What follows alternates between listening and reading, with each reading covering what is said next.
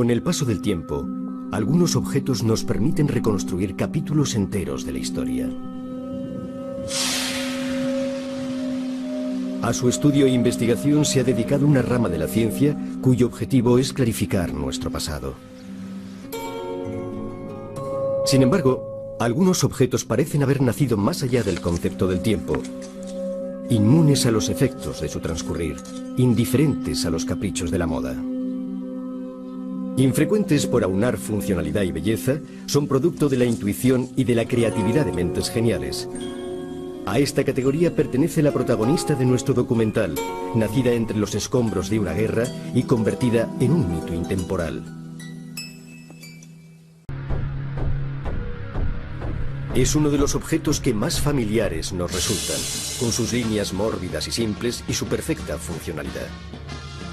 Y sin embargo es fruto de una revolución tecnológica que literalmente cambió algunos de los fundamentos del transporte a dos ruedas a mediados del pasado siglo. Fue creada por una de las empresas aeronáuticas más importantes de Italia y sobre todo es fruto del encuentro de dos grandes personalidades, un avispado hombre de negocios y un proyectista genial. Concebida simplemente como una moto más de la Italia de posguerra, su devenir fue mucho más glorioso. La Vespa es el scooter más vendido en el mundo. Su historia es la de una leyenda italiana de renombre mundial y corre paralela a la de su país natal en los últimos 50 años.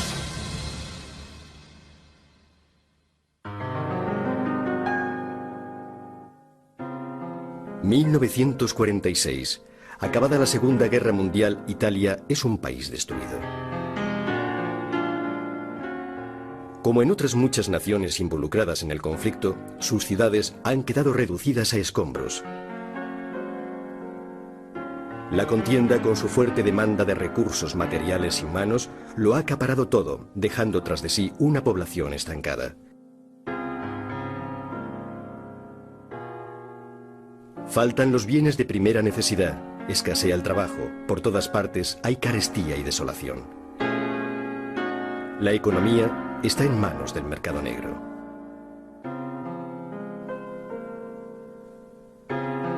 A muchos la guerra también les ha dejado sin casa, pero al menos ahora que la pesadilla de los ataques aéreos pertenece al pasado, la gente puede comenzar a pensar de nuevo en el futuro. Piedra sobre piedra, reconstruyen con sus manos y su esfuerzo la posibilidad de recuperar una vida digna.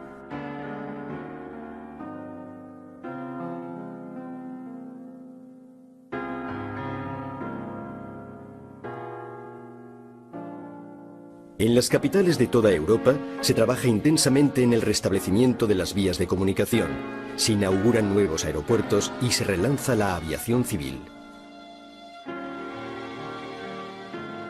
La compañía Piaggio, ya activa en el sector naval y ferroviario desde los albores de la industrialización, entra en el aeronáutico a principios del siglo XX, intuyendo el potencial de este nuevo medio de transporte.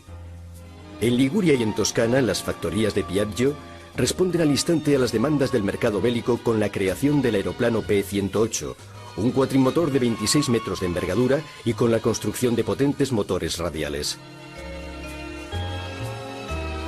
Pero si bien la contienda desencadena un fuerte desarrollo de las industrias dedicadas a la logística militar, estas, a su vez, se convierten en objetivo prioritario de los bombardeos enemigos. Al acabar la guerra, sobre todo en la industria toscana, todo estaba en ruinas. Enrico Piaggio se encuentra con una industria destruida, con una plantilla que pasa de 10.000 operarios antes de la guerra a solo 60 después de ella.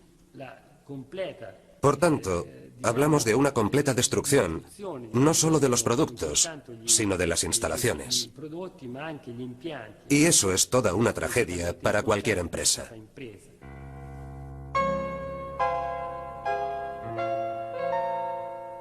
Al terminar la contienda, la mitad de las carreteras y puentes de Italia quedaron inservibles.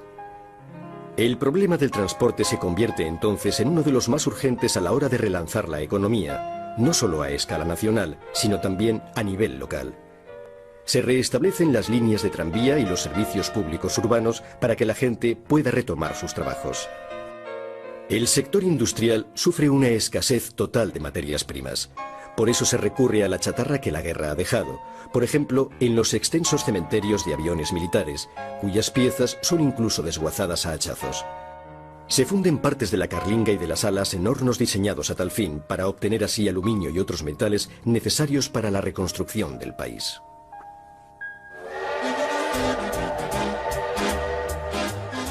Los países devastados por la guerra reciben ayudas procedentes de organismos internacionales y de Estados Unidos, quienes organizan para ello un convoy denominado el Tren de la Amistad, para proveer a la población europea con productos de primera necesidad.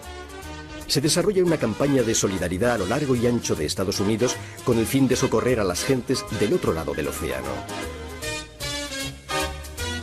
Con ello, Italia parece ponerse en marcha, pedaleando en bicicleta o, para los más afortunados, sobre una moto.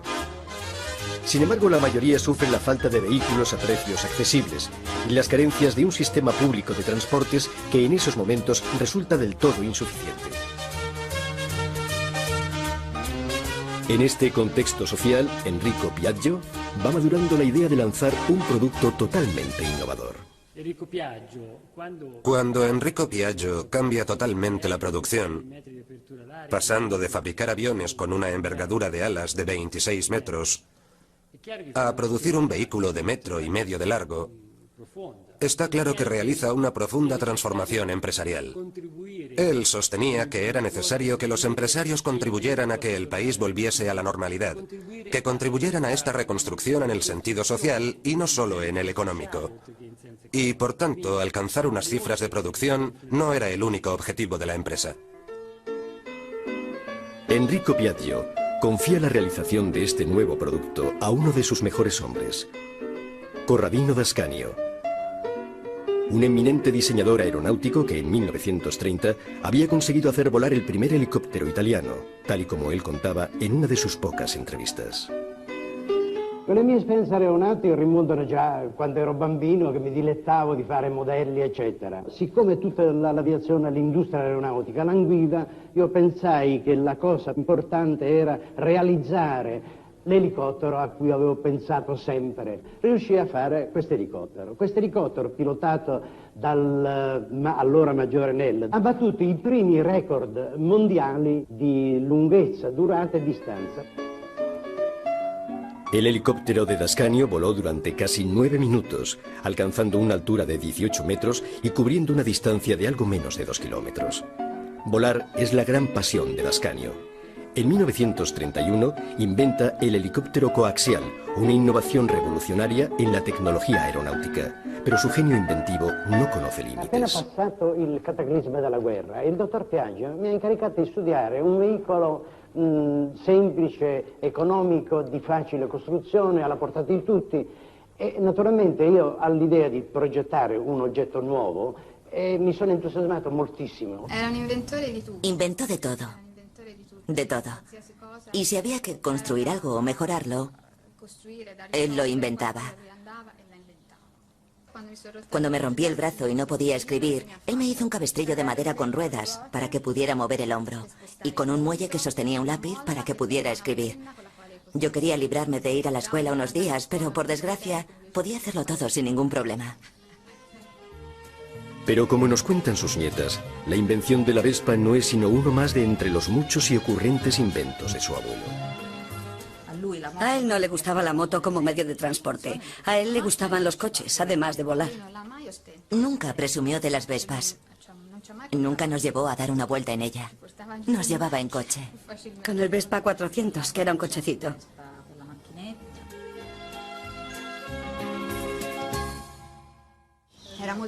Era un hombre muy animado. Siempre de broma. Siempre alegre. Y muy dado a hacer trucos de magia. Tocaba el violín, bordaba, hacía punto, cualquier cosa con tal de mover las manos. La funcionalidad era una de las cosas principales para él. Si había que resolver un problema, buscar una solución, la solución tenía que ser ante todo funcional y luego estética. Y de hecho, como él mismo contaba, el proyecto de la Vespa nació de la idea de hacer que una persona estuviera sentada más cómodamente en una moto. Ho messo un parafanco sotto dal sedile che copre la ruota ho disposto uno sterzo in corrispondenza della ruota anteriore, automaticamente la forma nasce. Altra particolarità nuova è stata quella di rendere queste ruote smontabili non come nelle normali motociclette che sono montate a forcella con un perno trasversale, così che in caso di foratura della gomma è necessario sfilare il perno e togliere la ruota e quindi smontare. Mentre qui si è realizzato un sistema analogo a quello che è usato ampiamente sui carrelli degli aeroplani, in cui la ruota è messa a sbalzo, così che può essere agevolmente smontata analogamente a quello che si fa sull'automobile. La Vespa de Dascanio estuvo precedida en realidad por un curioso prototipo diseñado por el ingeniero Spolti, también empleado de la empresa Piaggio durante los últimos meses de la guerra.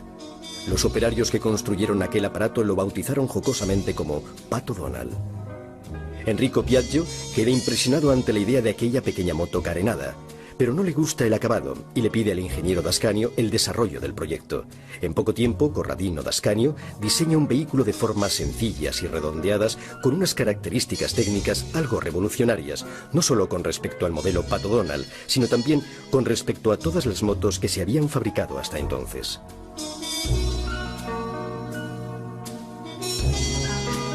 Dascanio se basa en sus conocimientos aeronáuticos, pero ciertas decisiones responden a su convicción de que la motocicleta es un medio de transporte incómodo y sucio. La MP6, el nombre técnico del nuevo vehículo, no es una moto con adornos aerodinámicos, sino un scooter, es decir, una moto con carrocería autoportante, con el cambio en el manillar y con el motor conectado a la rueda trasera, junto a la cual sobresale. El proyecto convence plenamente a Enrico Piaggio. Cuando ve el primer modelo, tal vez inspirado por la forma o quizá por el zumbido de su motor, exclama: «Si parece una Vespa», de ahí el nombre de Vespa. El vehículo sale a la venta en abril de 1946. Empezó poniendo a la venta 50 unidades. 48 se vendieron inmediatamente y 2 quedaron sin vender. Pese a ello, decidió ordenar la producción de 2.500 unidades. Esto es una muestra de su audacia empresarial, que probablemente heredó de su padre. Y aunque aparentemente el mercado era poco propenso a aceptar un producto nuevo y revolucionario como la Vespa, el empresario creyó que el producto merecía ser ampliamente comercializado y decidió iniciar su producción en serie. La intuición de Enrico Piaggio se demostró acertada. En unos pocos meses, el pequeño scooter creado por la industria aeronáutica despegaba. Ya existían otras motos tipo scooter en países como Francia, Inglaterra o Estados Unidos, pero ninguna había conseguido ni por asomo el éxito de la Vespa. Las instalaciones de Pontedera, en la provincia de Pisa, trabajan a pleno rendimiento y en 1953 se fabrica la Vespa número 500.000. A los 3 años, en 1956, una década después de su invención, se celebra la salida de la Vespa número 1.000.000.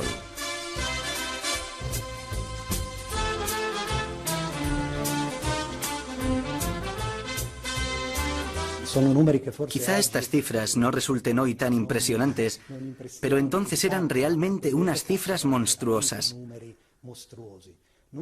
Y eran cifras logradas en Europa por un empresario que tenía una visión mundial del asunto.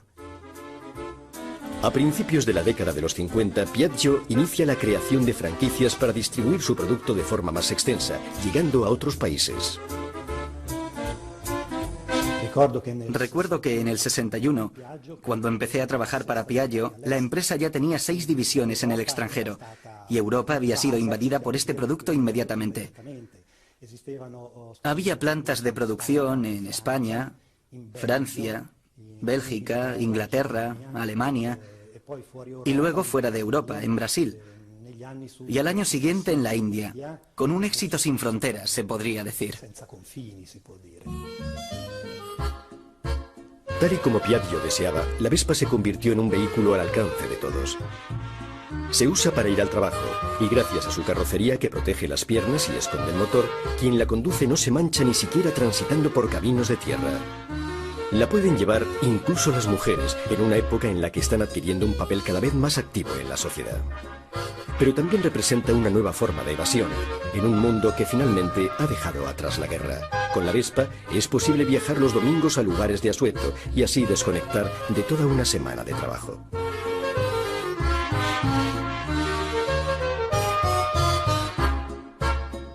Si el automóvil es todavía privilegio de unos pocos, la Vespa es el vehículo más popular entre las familias de los años 50. Era la primavera del 48 y mi padre llegó a casa con una noticia que me hizo feliz. Había comprado una Vespa. Lidia, mi madre, estaba aterrorizada y yo, naturalmente, no. Mi padre, encantado con mi reacción, me llevaba a pasear. Y a mí me encantaba, porque iba de pie delante de él, agarrado al manillar. Y me sentía como si condujese, con el viento en el pelo, que llevaba largo gracias a mi madre. Era una sensación estupenda que recordaré siempre.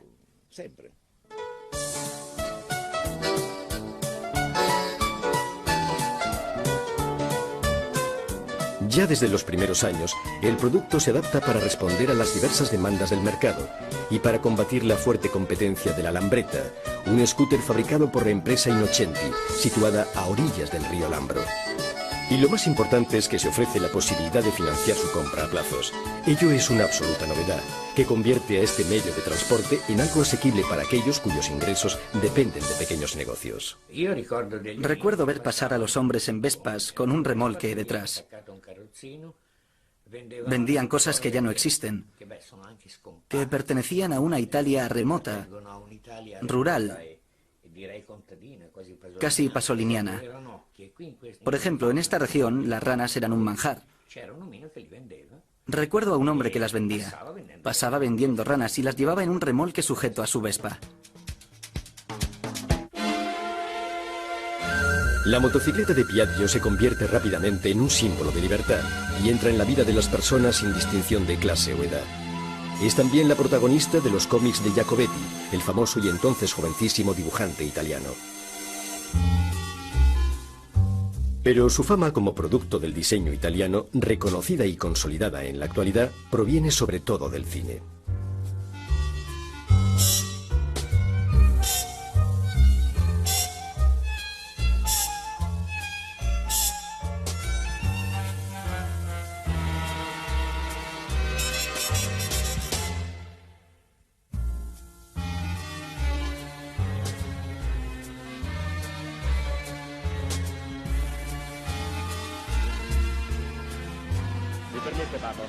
Venga, papà, facciamo presto. Se vuoi farti un bagno c'è sempre la tinozza, no? Babbo, va, oddio, sono fermato. Una contribución importantísima la hizo el cine, o mejor digamos las películas que difundieron la imagen de la Vespa.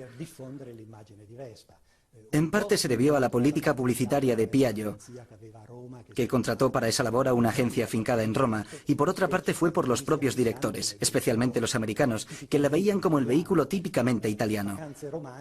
Vacaciones en Roma es un ejemplo típico, donde Luciano M. realizó toda la parte italiana utilizando la Vespa, y es realmente como si toda la película fuese un enorme anuncio de la Vespa.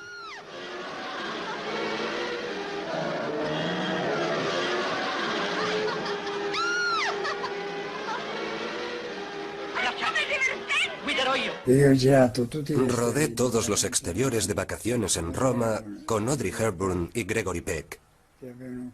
Según sus contratos, no podían montar en Vespa. Se suponía que la Vespa debía ir sobre un camión, pero les hice montar en ella y me arriesgué a que me demandaran. A finales de los años 50, la economía empieza a remontar. La posibilidad de comprar a plazos aporta a los hogares los elementos del nuevo bienestar. Son años de prosperidad, de conquista de nuevos derechos, de mejoras en el mundo laboral, lo cual da lugar a los primeros enfrentamientos enconados dentro de las fábricas. La década siguiente se iniciará con un punto de inflexión en las ventas de la Vespa, pues acaban de llegar al mercado unos insospechados competidores, los primeros utilitarios a 4 ruedas. Con la llegada del utilitario, prácticamente toda la clientela potencial de la Vespa pasó a ser la del auto. La Vespa seguía siendo importante para aquellos que no podían permitirse un coche, pero sus días estaban contados.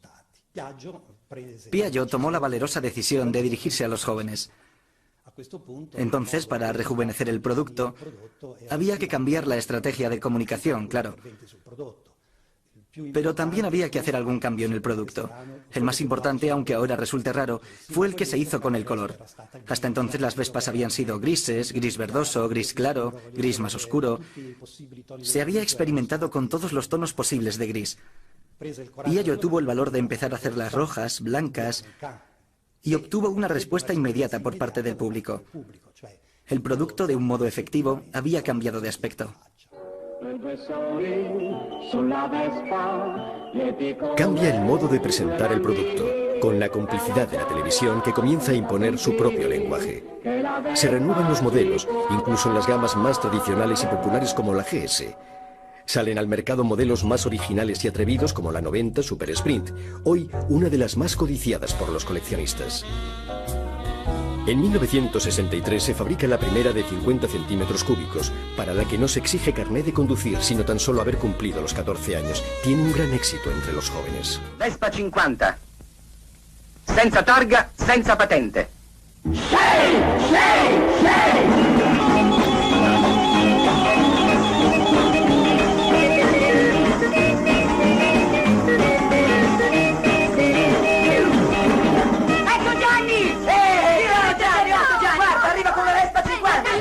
Gianni Morandi fue la expresión televisiva total, con el grupo de chicos que lo seguían siempre en Vespa.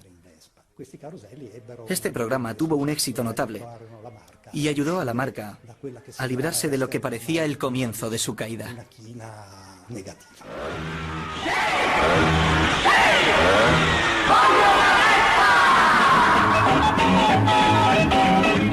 Con Vespa si può, perché si guida con gioia, è bella, è forte, è robusta, ci porta sicuri su tutte le strade. Sì, con Vespa si può. Piaggio cuida mucho la faceta publicitaria. La primera publicidad de Vespa en el 46 se hizo con una mujer.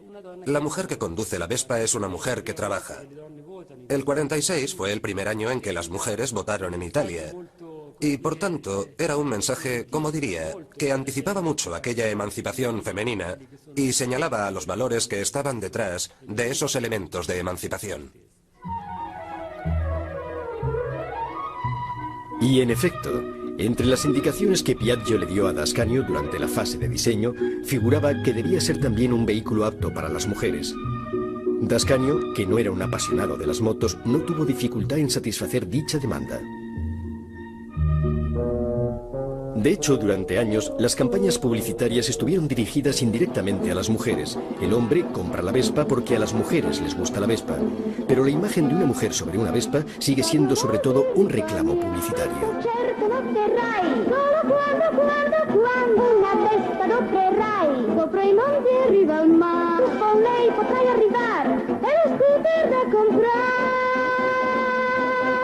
Vespa, 2 volte economica.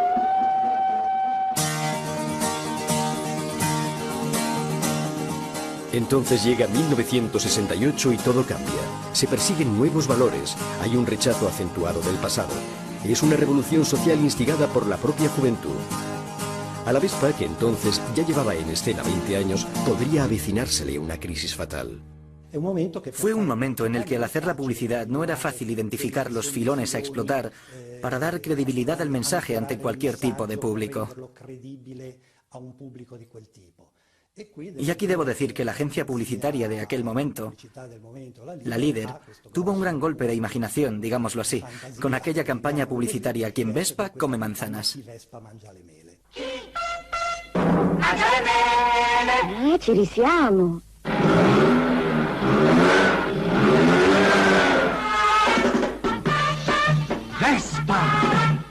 Quien Vespa, como si el verbo fuese vespar, andar en Vespa, ya era una gran ocurrencia.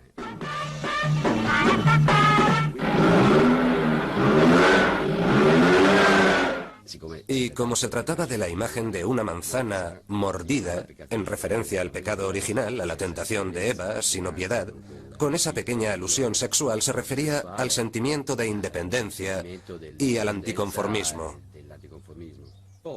Visualmente estaba basado en el neodadaísmo, que era un estilo dentro del movimiento hippie de los años 60. La combinación de todo ello fue algo que podría estar perfectamente dentro de una galería de arte hoy día, e incluso de hecho en la época.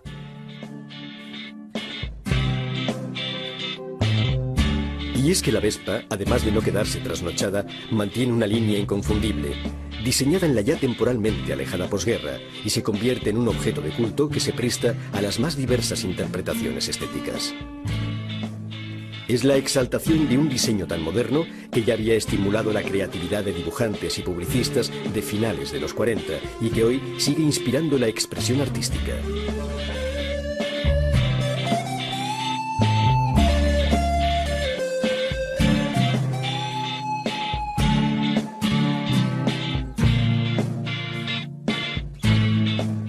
Algunos ejemplos se conservan en el Museo Piaggio de Pontedera, como una gigantesca PX, concebida para una exposición internacional. O una serie de ET4 realizada en el 2001 a caballo entre el arte y el diseño, que se presentó en un concurso para celebrar el scooter más famoso del mundo.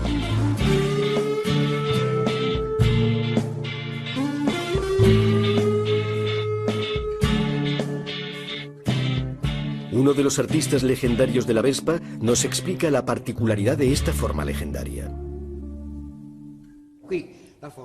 Aquí la forma nace del uso del motor y de haber pensado meter al hombre sentado sobre el motor, que el motor fuese una continuación del hombre, como un centauro.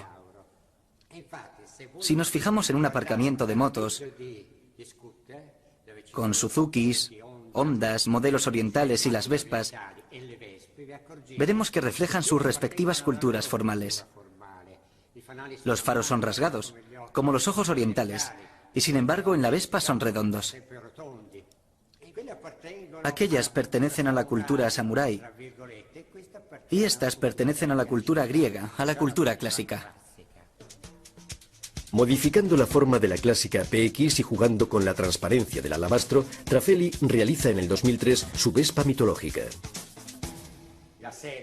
El asiento es de alabastro y está esculpido como si fuera de verdad, o sea, situado sobre la parte trasera. Los intermitentes y el faro también están hechos en alabastro. Lo mismo ocurre con el casco, es del mismo material. He echado mano de la imaginación y he recurrido a un material antiguo, digamos legendario, para representar un mito, el del centauro. A su vez he exagerado las líneas clásicas tan concomitantes a la forma de la Vespa.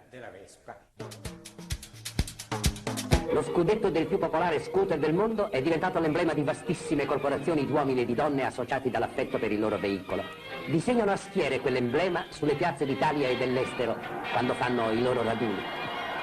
Al via partono in coro, viaggiano con mezzi propri, in altri tempi lusso da nababbi, raggiunto ora con 2 ruote.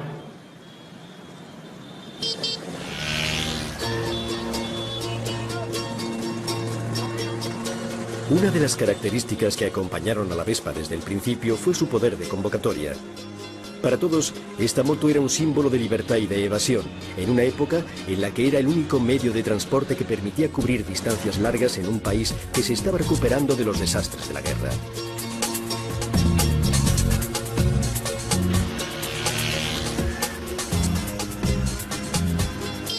En 1949 nace en Viareggio el primer club de Vespas de Italia. Congrega grupos que se han ido formando espontáneamente a nivel local para organizar juntos excursiones, concentraciones y competiciones de toda clase, pero siempre a bordo de una Vespa.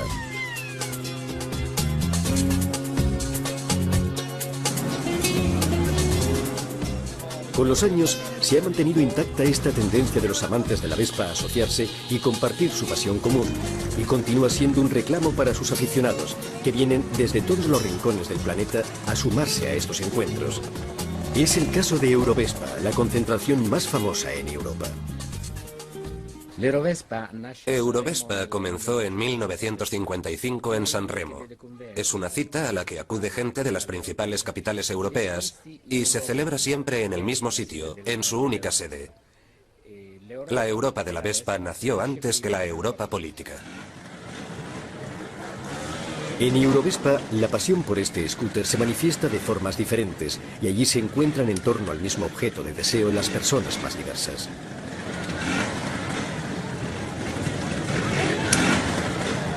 Para algunos la Vespa es algo sujeto a la modificación y al cambio, adaptándola a la propia manera de ser de uno.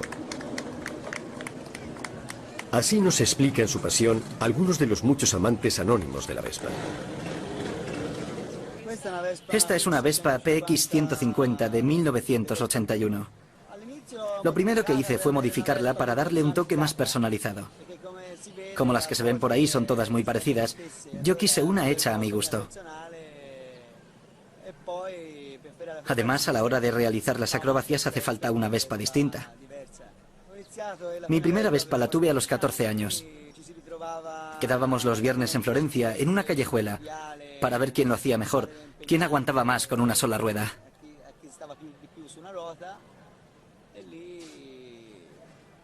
Y bueno, dedicaba mucho tiempo a practicar por mi cuenta. Y por eso siempre ganaba yo.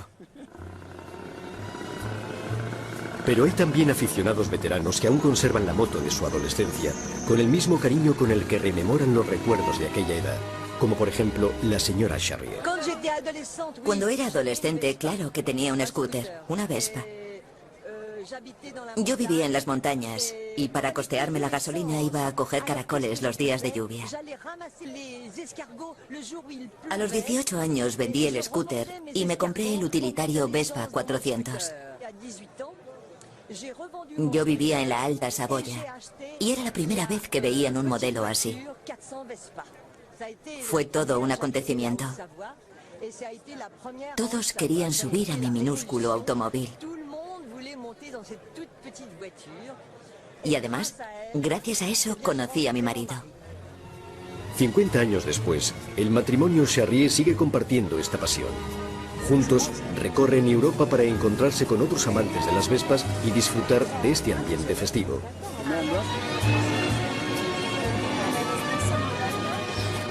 Eurovespa es también el punto de encuentro de los coleccionistas y de quienes buscan objetos originales, las últimas publicaciones o recambios difíciles de conseguir a la hora de arreglar una Vespa antigua.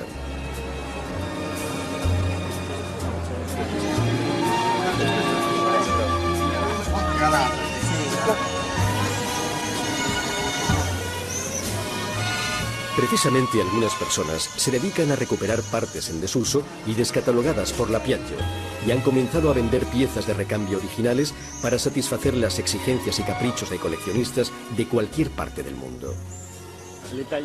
Los italianos prefieren las Vespas originales, sin adulterar, sin nada más. Las quieren tal y como son en realidad, mientras que en el extranjero optan por modificarlas, por cambiar su aspecto. Los alemanes están como una cabra, hacen auténticas locuras. Les da por quitar la carrocería, han construido incluso una Vespa con motor de hidrógeno. Vamos, algo que puede explotar como una bomba atómica.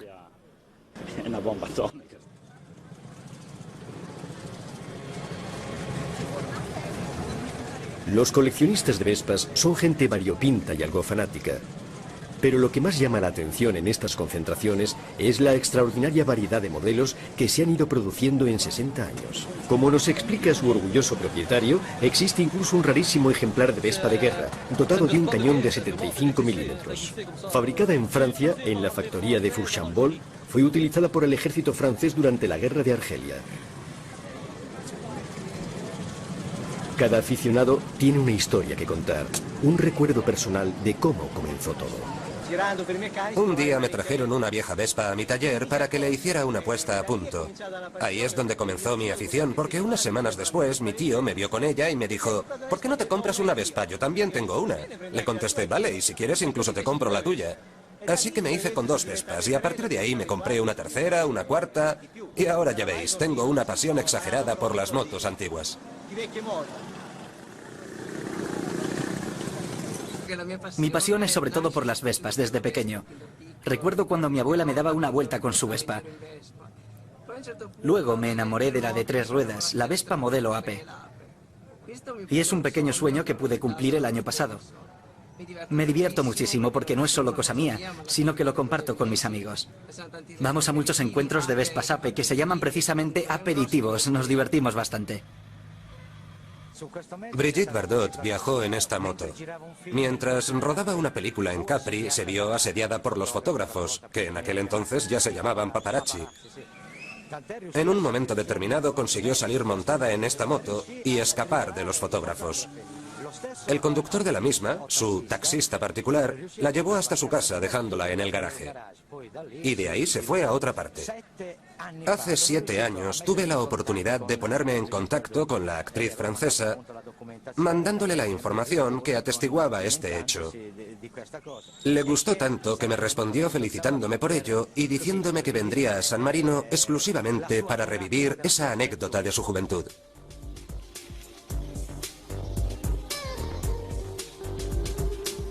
En 1980, cuando la moda del coleccionismo está apenas en sus inicios, se crea un registro para la conservación del patrimonio de información técnica, histórica y de tradiciones ligadas a la Vespa.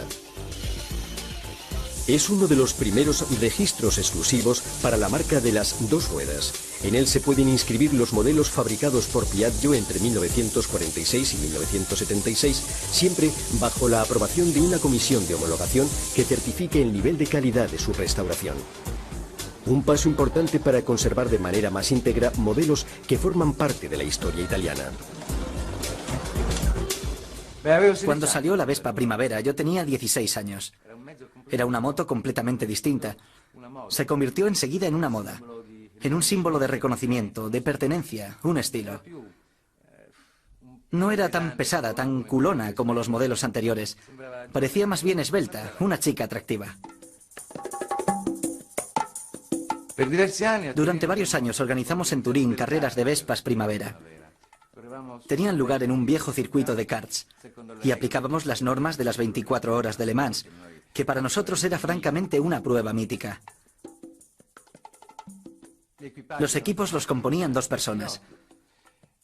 Se hacían paradas para la carga de gasolina y para el cambio de pilotos. No se permitían motores trucados. Era incluso peligroso, como alguno aún recordará.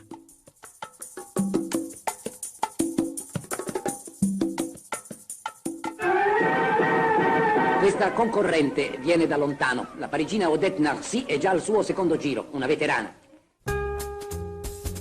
Es otra de las características excepcionales de este vehículo. A pesar de ser diseñado para un uso familiar, seguro y alejado de la competición, no tarda en protagonizar competiciones internacionales.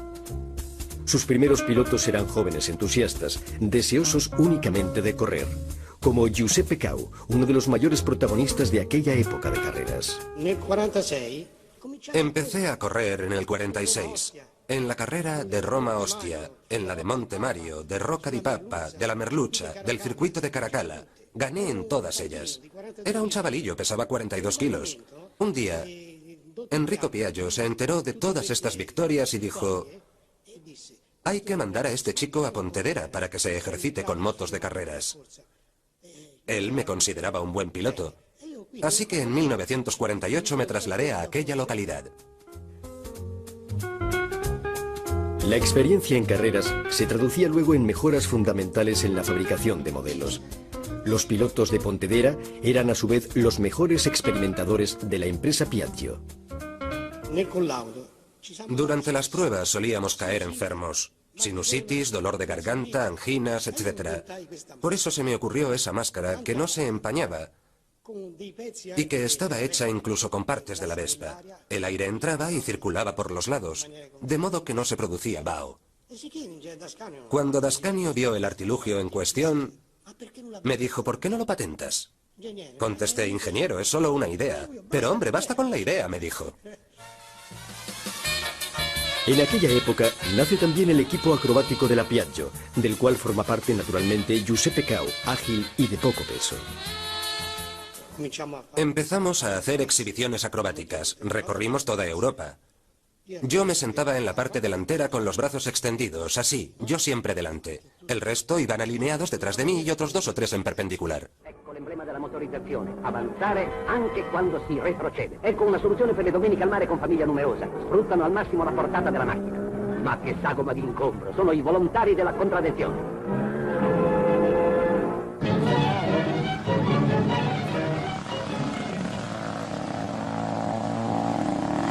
Junto a Giuseppe Cao, hoy jubilado, vamos a vivir emociones intensas. Medio siglo después, en la pista de pruebas de la Piaggio, el expiloto va a volver a sentarse en una Vespa 125 Corsa, la misma con la que ganó en el circuito de Perugia y en el Gran Premio de Bolonia de 1950.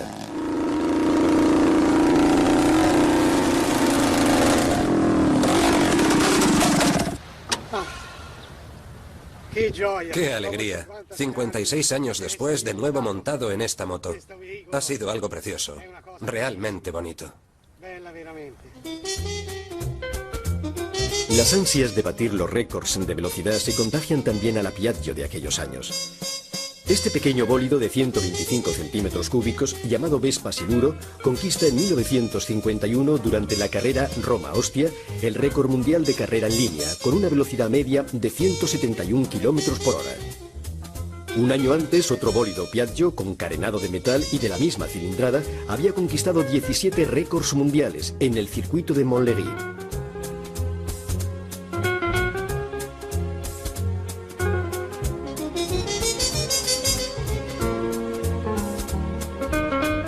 En suma, la Vespa, pese a su naturaleza doméstica, desencadena las ganas de correr y de competir.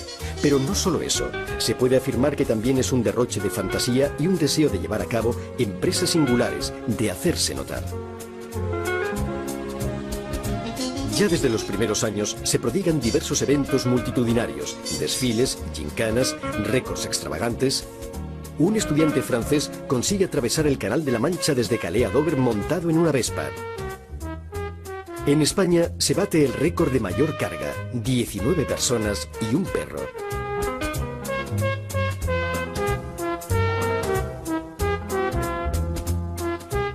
En cada acontecimiento, en cada reencuentro, la gente acude en gran número. La Vespa forma ya parte de la vida social y hace evidente su gran capacidad de convocatoria.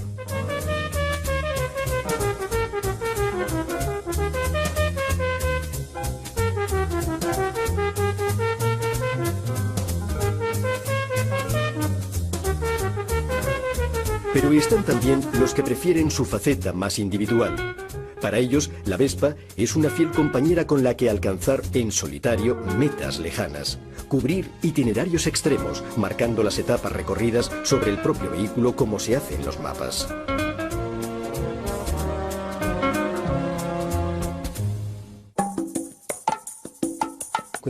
Este producto quizás deba su éxito a su forma, pero también al hecho de que desde el punto de vista tecnológico se le han ido haciendo mejoras constantemente. La Vespa parece ser siempre la misma, pero un modelo de 1946 no tiene nada que ver con uno fabricado en 1970. Recuerdo que hicimos un estudio con el departamento de proyectos para descubrir si quedaba alguna cosa en común, y efectivamente vimos que sí. Se trataba de la llave que bloqueaba la dirección a la altura del eje del motor. Un trozo de metal de unos pocos milímetros al que llamamos la semilla de la Vespa. Era para darle una continuidad a este producto, que ya la tenía a nivel de la forma, pero que en el plano técnico estaba en constante desarrollo.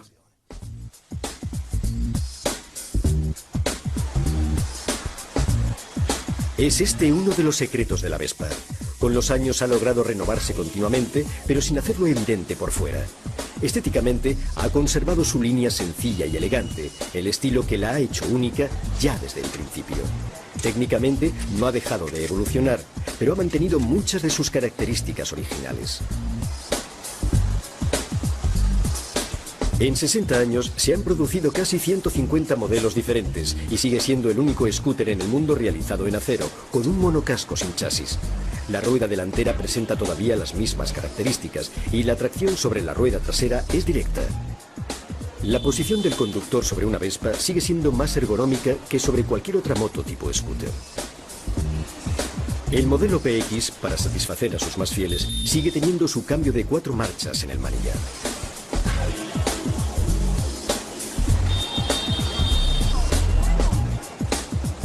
Hoy día Piaggio cotiza en bolsa y las ventas de los nuevos modelos están en las cotas más altas en la historia de la compañía. La atención y la pasión que esta marca atrae son mayores que nunca. Las 999 réplicas históricas fabricadas para celebrar los 60 años de la Vespa fueron vendidas antes de que salieran de la planta de producción.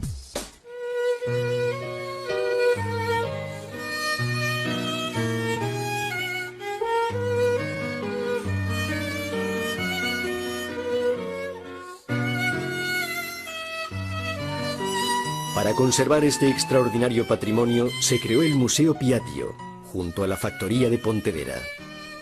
El Museo Piaggio, que es el lugar en el que sustancialmente se conservan la filosofía y los valores de este vehículo, trata de presentar no solo al público de fuera, sino también a los creativos, a los diseñadores, la posibilidad de dar un uso práctico, de disfrutar de este concepto que vio la luz en 1946.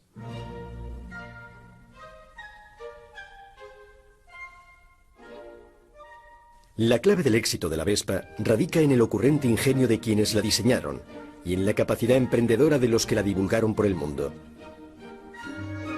Pero también en quienes han continuado fabricándola sin perder su esencia y sin traicionar sus valores originales. La historia de la Vespa es la historia de un mito que nació pensando en el futuro y que ha llegado a ser objeto de colección sin pasar nunca de moda, siendo un objeto de deseo en el presente.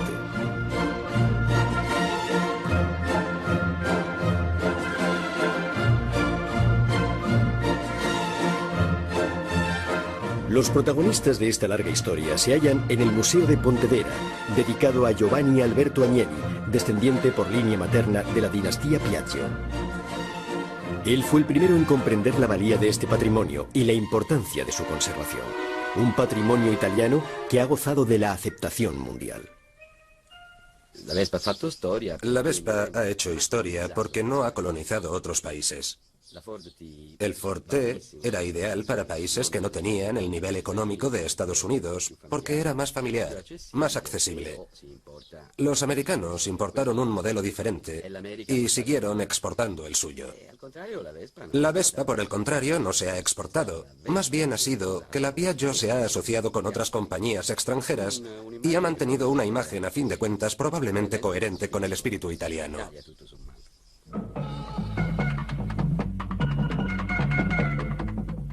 Esta es una Vespa, segura, veloz, potente, divertida de manejar. En el llano se desliza suavemente, pero su nervio lo demuestra todo en su impulsivo arranque.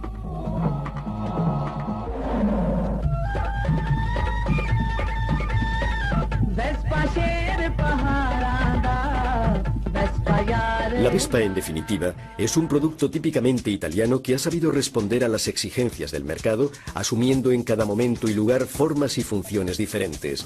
Un vehículo que se ha dejado contaminar por otras culturas, pero permaneciendo siempre fiel a sí mismo y a su propio estilo. Nuestro breve paseo en Vespa a través del mundo concluye en India, con un testimonio acerca de la total versatilidad de este scooter italiano. Me encontraba en India, concretamente en el sur, en la región de Tamil Nadu. Llegamos a un paso a nivel con la barrera bajada. En ese momento llegó un hombre en un scooter y se situó al lado de nuestro vehículo. Llevaba una carga a un lado, una especie de bulto de gran tamaño, envuelto en una tela. Entonces le pregunté a mi chofer que qué podría ser aquello. Él, con toda naturalidad, me dijo que era un cadáver. Vaya, un cadáver, comenté. ¿Y por qué lo transporta de esa manera? Él me respondió, seguramente se dirige a Kenchipuram, la ciudad santa, para incinerarlo en una pira.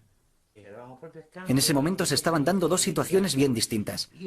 Yo era un occidental que estaba viajando por placer, por turismo, mientras que él era una persona que estaba llevando un cadáver para ser incinerado, posiblemente un familiar. Lo mismo era su padre, quién sabe.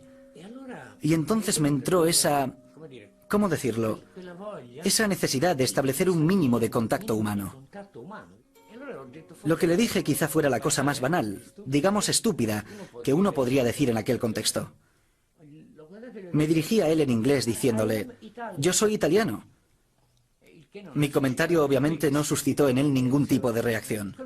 Entonces en ese momento se abrieron las barreras y justo cuando estábamos echando a andar, él repentinamente hizo un gesto dando a entender que lo había comprendido. Señalaba su moto diciéndome, ¡Vespa, Vespa!